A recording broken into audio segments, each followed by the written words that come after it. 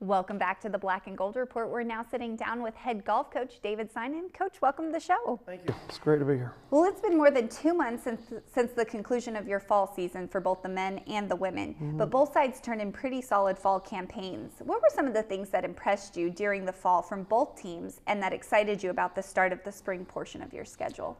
Well, like you said, both teams did really well in the fall. The women's team won twice, had a lot of impact freshmen, 2 freshmen in the top 5, had a really good fall, into the fall with a good ranking. The men's side, we out of 4 tournaments had 3 really good tournaments, which included a win. Second tournament, Florida was a little rough. We had a player go down with an illness.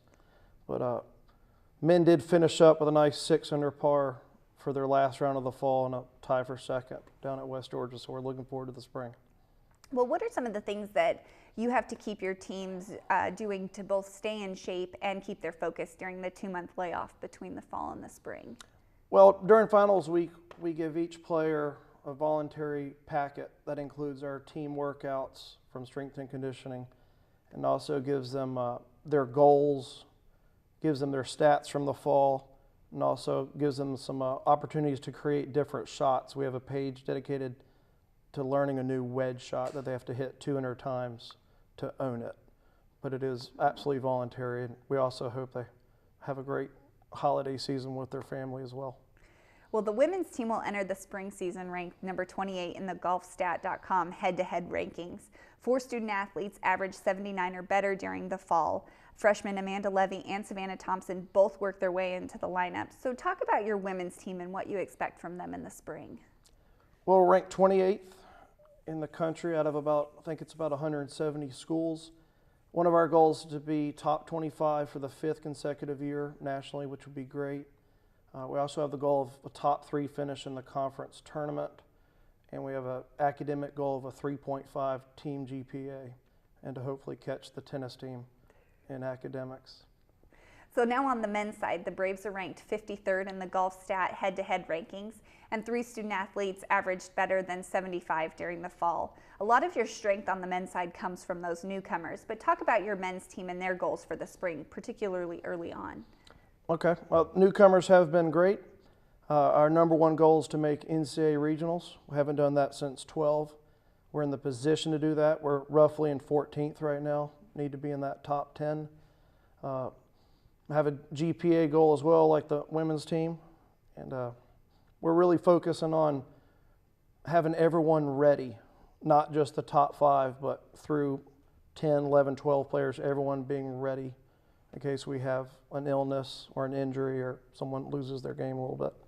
Well, having seen the performances of the other teams in the Peach Belt Conference during the fall, who do you expect to compete for the team titles at the conference championships in April, both on the men's and women's side? On the men's side, unbelievably talented parity. We have 12 teams. Just about everyone can play. Columbus State and USC Aiken are probably the top 2 teams. Us, for example, statistically, we're the 10th team in the conference, but just last year we were 4 strokes away from tying for the win, 5 strokes from actually winning the thing. So, like, just about anyone can win. It's awesome to be a part of it. On the women's team, statistically, we're the 4th best team out of 8, but we have won 2 out of the last 4 years. And just like last year, we were the 4th best team, and we ended up winning. So, I'll say we are the team to beat, and I do believe in the girls. Well, traditionally, your teams have been players on the national stage as well. How well do your teams stack up in terms of attaining postseason berths? And if not your teams, what individuals do you feel can qualify for NCAA postseason appearances? Like I said, on the men's team, we're currently 14th. 10 teams make it. That's our number 1 goal. We definitely can do it. We just have to get out there and take care of business. Individually, J.C. McFadden and Matt Elliott are in a good spot to possibly earn individual berths. Women's side, we're in the strongest region in the country. There's only 4 regions. For example, our region includes the Sunshine Conference.